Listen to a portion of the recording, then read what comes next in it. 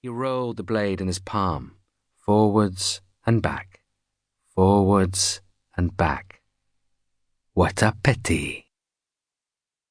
Boy lifted his chin and stared at the moving knife.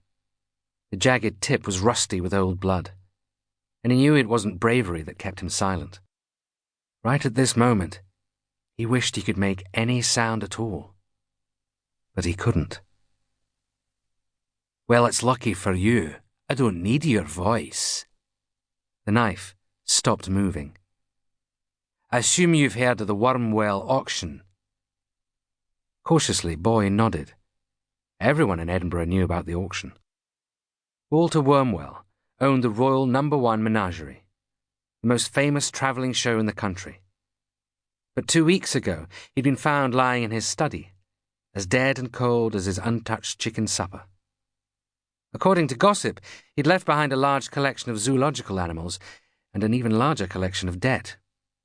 Tomorrow, the entire menagerie was being sold to settle those bills. What Boy didn't understand was Scatcherd's interest. Why would the king bother with a penniless bankrupt like Wormwell? Or an auction of zoo animals? It made no sense. 2 days before he died, Wormwell stole money from me. A great deal of money. Naturally, I want it back. And you are going to get it for me. Boy swallowed, trying to sort through the significance. A part of him was relieved. He was going to be allowed to walk out of here alive. This time there would be no punishment, no pain. I've already had his house searched. Nothing. Not even a penny under the floorboards.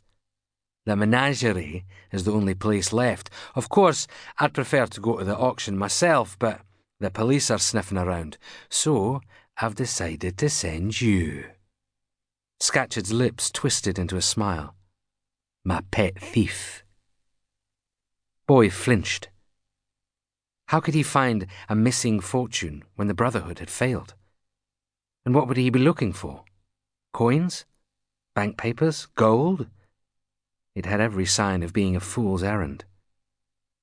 My men will get you inside the pavilion. Scatcherd jerked his head at the 2 thugs standing on either side of the doorway. From there, you're on your own. Keep your eyes and ears open. Wormwell hid that money, and there has to be a trace somewhere. And remember... Boy waited, heart tripping. Scatcherd raised the knife and gently trailed it along Boy's arm.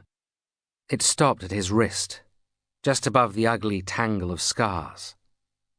The last time I asked you for a favour, you let me down. This is your chance to make it up to me. Abruptly, Scatcherd's fist twisted and the blade sliced through skin. Boy clenched his teeth against the pain. And if you fail, just imagine what I will do to you. Boy hung by his fingertips from the top of the high stone wall, feeling the strain through every muscle. He closed his eyes and let go. His landing was clumsy, but silent. Finally, he was inside the auction ground. On the other side of the wall, he heard Scatcherd's thugs muttering to themselves, then their heavy footsteps as they walked away.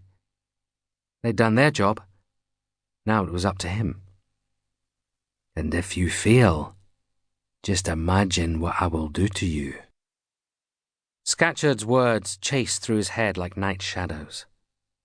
He rubbed his wrist and felt the old scars beneath his fingers.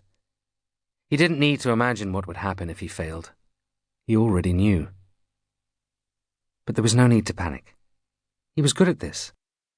Faster, smarter, better than anyone else. And the truth was that in this crush, no one would even notice a pickpocket. They were too busy staring at one of the strangest sights Edinburgh had ever seen. 2 leopards, some tigers, 1 battered baboon, and a handful of camels trudged around Waverley Pavilion. Then came a line of antelope, 2 hyenas, 1 spotted, 1 striped, and a golden lioness whose tail swished as she walked. Boy had never seen anything like them before. Animals that weren't cats, dogs.